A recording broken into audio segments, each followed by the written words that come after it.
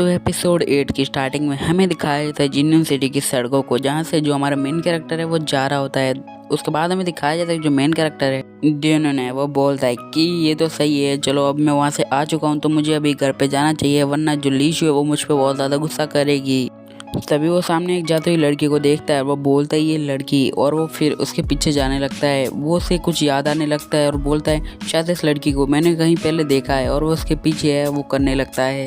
फिर हमें एक दिखाया जाता है बार को, जहाँ पे वो लड़की गई होती है ड्रिंक करने के लिए, और वो लड़की है वो वेटर से वो ड्रिंक मंगवा लेती है। फिर जो हमारा दुनियन है उसे देख रहा होता है पीछे से कि आखिर वो लड़की कर क्या रही है, उसे ध्यान से देख रहा होता है ड्रिंक पीते पीते। वो लड़की है वो ड्रिंक पीने लगती है और दुनिया ने उसे देखने लगता है। फिर हमें दिखाया जाता है जो लड़की है वो अपना ग्लास रख देती है।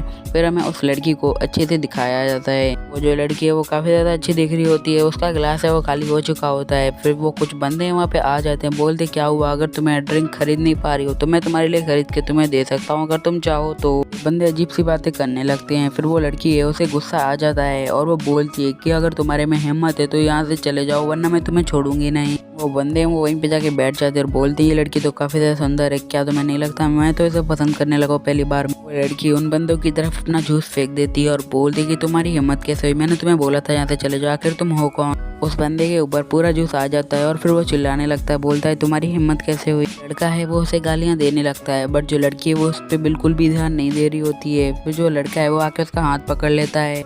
वो लड़का है वो बोलता है ये तो तुम्हारे लिए बहुत अच्छी बात है कि मैं तुमसे इज्जत से बात कर रहा हूँ, तुम्हें अपनी अटेंशन दे रहा हूँ, वरना तुम्हारी जैसी लड़कियां तो मेरे साथ सोती फिरती हैं। तभी उस बंदे को एक बंदा है वो पंच मार देता है। बंदे का नाम बताने की जरूरत नहीं, बिकॉज आप पहले से ही जानते होगे उसे। दुनियन की बात कर रहा हूँ, जो दुनियन है वो आता है उसके पास और वो लड़की देख के बोलती है ये क्या कर रहे हो। वो मतलब दुनियन है उसे खींच के गुस्सा मार देता है, वो बंदा चला जाता है। फिर वो लड़की बोलती है कि तुम यहाँ पे क्या कर रहे हो। फिर वो जो लड़की है वो उसे गौर से देखने लगती है। फिर लड़की है वो बोलती है कि तुम क्या कर रहे हो, और जो दुनिया ने उन बंदों से बोलता है कि अपने हाथ है वो इस लड़की से दूर रखो, वरना तुम्हारे हाथों को काट के तुम्हारे हाथ में दे दूंगा। मारपीट करने के बाद दुनिया वहाँ से जाने लगता है और लड़की उसके पीछे जाती है और बोलती है दुनिया रुक जाओ वहीं पे, मुझे तुमसे कुछ बात करनी है। वो लड़की है वो बोल दे कि तुम मुझे देखने के लिए वापस क्यों नहीं आए थे, मैं तुम्हारा वेट कर रही थी बट तुम मुझे देखने के लिए फिर नहीं लौटे वापस। वो लड़की है वो बोलती क्या तुम्हें पता है कि मैंने तुम्हें ढूंढने के लिए कितना सारा वक्त बर्बाद किया है, मैंने तुम्हें ढूंढने के लिए अपनी जो ज़िंदगी के 3 साल हैं वो लगा दिए, बट तुम मुझे वो नहीं मिले तो मैं क्या कर सकती थी।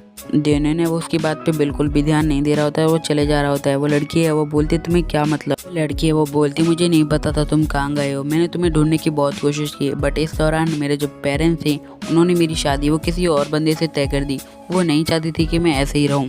वो बोलती है कि अगर तुम वहाँ पे आ जाते तो मेरी शादी नहीं होती किसी और से। लड़की है वो बोलती है मुझे शादी के लिए फोर्स किया गया और तुमने भी मुझे अपने आप सेक्रीफाइस कर दिया। वो बोलती है कि हाँ मुझे पता है कि तुम इस बारे में सब कुछ जानते होगे, बट तुमने कुछ भी रिएक्ट नहीं किया, मतलब तुम मुझे बचाने के लिए मुझे छुड़ाने के लिए बिल्कुल भी नहीं आए मेरे पास। दुनियन उसकी बातों को सुन तो रहा होता है बट अवॉइड करते हुए आगे बढ़ने लगता है। वो लड़की है वो बोलती है दुनियन तुम अपनी फियांसी को किसी और के साथ शादी करते हुए देख सकते हो क्या। फिर हमें दिखाई जाते कुछ पास्ट मेमोरीज जहाँ पे हमारे दुनियन और वो लड़की है वो अच्छे से अपना टाइम स्पेंड कर रहे होते हैं एज अ लवर।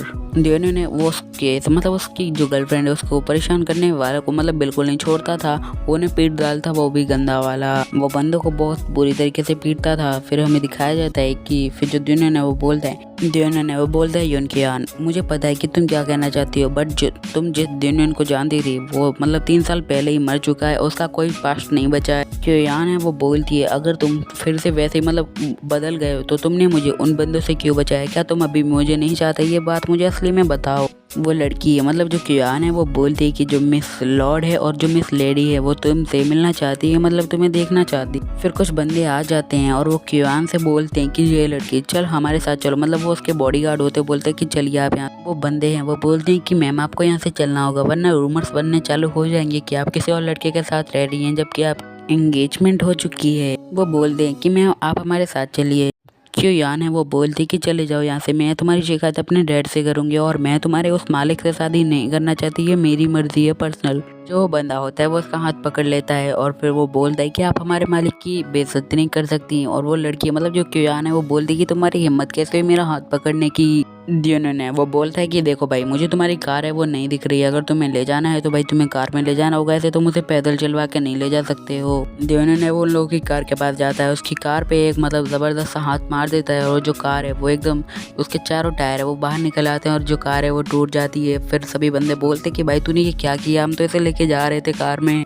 जिन्होंने वो बोलता है कि सॉरी मुझे माफ़ करना है, मैंने थोड़ा ज़्यादा तेज़ी से मार दिया, यहाँ पे तो धुआं ही धुआं हो गया। वो फिर बंदे हैं वो बोलने लगते हैं एक मिनट भाई तू बोल क्या रहा है, एकदम मुझे समझा सकता है तू क्या बोल रहा है। फिर उन बंदों को भी गुस्सा आने लगता है और बोलते हैं कि ये बंदा इसमें इतनी हिम्मत कैसे है जो हमसे इस तरह बात कर रहा है। फिर जो जेनन है वो उस लड़की मतलब क्यूआन का हाथ पकड़ लेता है और बोलता है कि ये मेरे दोस्त है, मैं इसे अपने साथ घर पे ले जा रहा हूँ और इसको घर पे भिजवा दूंगा, तुम इसकी टेंशन मत करो। उसका बॉडीगार्ड है वो बोलता है कि छोड़ दो उसे। वो बोलता है कि तुम अपने गंदे मुंह और अपने गंदे लफ्ज को अपने पास रखो, तुम्हारी हिम्मत कैसे हुई किसी लड़की के बारे में ऐसा सोचने की, मैं इसे तुम्हारे घर पर भिजवा दूंगा, कोई टेंशन मत लो। फिर वो क्यूआन का हाथ पकड़ लेता है और बोलता है क्यूआन चलो अब यहाँ से हमें चलना होगा, और फिर वो उससे लेके जाने लगता है। बंदे हैं वो बोलते हैं कि हमें अपने बॉस को मतलब उनके मालिक को ये सब कुछ बताना होगा वरना वो हम पे बहुत भड़केंगे। उसके बाद हमें दिखाया जाता है रेस्टोरेंट को, जहाँ पे जो रेस्टोरेंट है वो बंद होने ही वाला होता है और जो बनी गर्ल्स होती हैं मतलब जो बनी के आउटफिट पहन के बाहर खड़ी होती हैं वो बोलती हैं कि लीशु बाय, हम तुमसे कल मिलेंगे, मतलब कल और अच्छा काम करेंगे। लीशु है वो उन्हें गुड बाय कर देता है। तभी लीशु का ध्यान है वो मतलब दूसरी तरफ जाता है, मतलब जो हमारा दिनन है और जो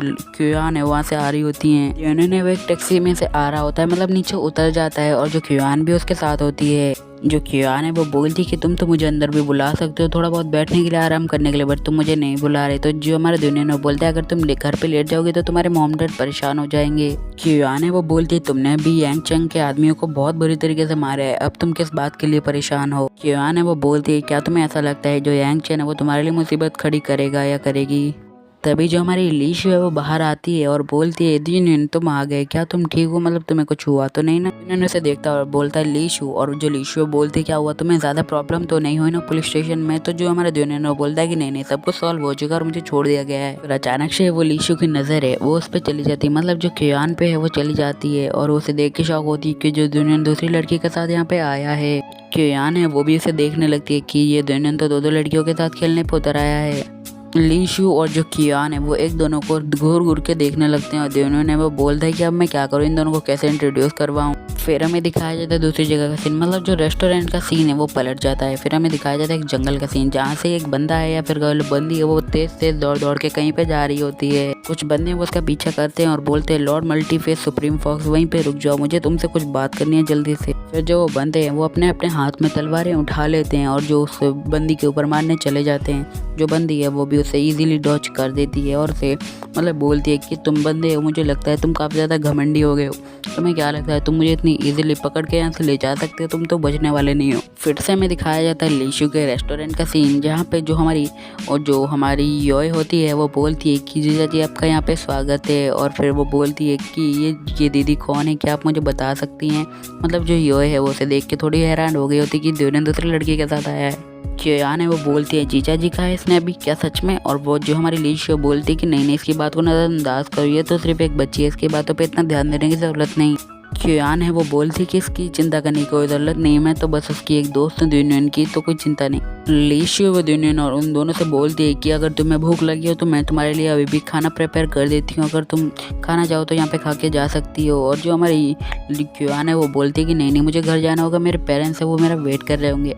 फिर वो दोनों लीशु और जिन्होंने उसे बाहर तक छोड़ने के लिए जाते हैं। कार में बैठ के वहाँ से चली जाती है। फिर जो लीशु बोलती है ये तो एक कंपनी की सीईओ है और वो टीवी में भी आती है, मुझे नहीं लगा था तुम्हारी पहुँच इतने बड़े बंदों तक है, मतलब तुम तो उसके अच्छे दोस्त हो। ये बात सुन के वो बोलता है कि हाँ क्या ही फ़र्क पड़ता है, वो मेरी अच्छी दोस्त है, बट आपको तो पता है वो उसकी फैंसी हो चुकी है, मतलब रह थी। जिन्होंने वो लीशु को बोलता है इस पर ज़्यादा ध्यान मत दो, ये सिर्फ पुरानी यादें हैं जो मैं याद नहीं करना चाहता। फिर जो हमारी क्यूआन है वो उदास होकर गाड़ी में बैठ के जा रही होती है। फिर हमें अगली सुबह रेस्टोरेंट का सीन दिखाया जाता है जहाँ पे जो हमारे जिन्होंने वो बड़ी मेहनत और मशक्क़त से अपना काम कर रहा होता है, अच्छे से मतलब रेस्टोरेंट के लिए खाना पका रहा होता है।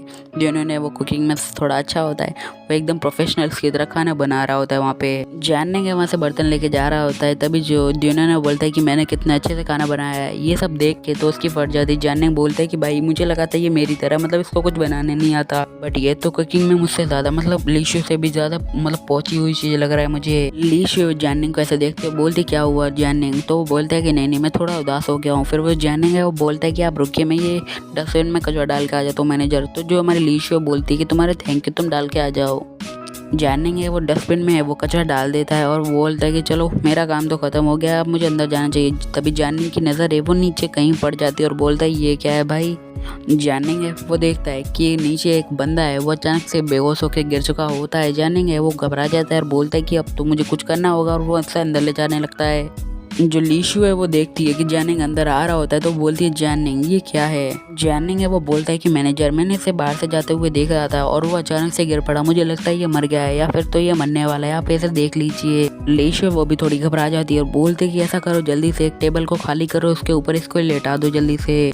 लीशु वो बोलती है लगता है इसके अंदर बिल्कुल भी ताकत नहीं बची है, ना ही चलने लायक ना ही कुछ करने लायक। तो वो जैनिंग से बोलती है कि जाओ किचन के पास एक कबर्ड है, उसके पास बहुत सारी दवाइयाँ पड़ी हैं इमरजेंसी के लिए, तो जाओ जल्दी से वो ले आओ। उन्होंने वो बाहर से आवाज़ें सुन के अंदर आ जाता है और बोलता है कि भाई यहाँ पे क्या हुआ, इतना शोर क्यों मचा रहे हो। उन्होंने वो अचानक से सामने देख के वो शौक हो जाता है, बोलता है कि भाई आखिर यहाँ चल क्या रहा है। वो जो बंदा होता है जो बेहोश हो चुका होता है वो अपनी आंखें खोलने लगता है और जो जैनिंग है वो बोलता है क्या हुआ, तुम ठीक हो गए, मतलब तुम उठ रहे हो। तो बंदा है वो अचानक से उठ जाता है और वो बोलता है कि मैं कहाँ पे हूँ। जैनिंग और जो लीशु है वो उससे बोलते हैं कि भाई तू है कौन, मतलब तू बेहोश कैसे हो गया। वो जो बंदा होता है वो बोलता है कि मुझे माफ़ कर देना, मैं तुम्हारी टेबल है उसे गंदा नहीं करना चाहता था, मैं तुम्हारी टेबल है वो अभी भी साफ़ कर देता हूँ। वो बोलता है कि प्लीज़ मुझे माफ़ कर दीजिए, मैं अभी कभी यहाँ से चला जाऊँगा, प्लीज़ मुझे कोई सज़ा मत दीजिएगा, मैं इसे साफ़ करके भी जाता हूँ। फिर वो उस टेबल को अच्छे से साफ़ करने लगता है, बट जो हमारी लीशु है वो उसे रोकने लगती है। बट फिर जो वो बंदा होता है मतलब जो हमारा ड्यूनियन है वो वहाँ पे आने लगता है उसे देख के।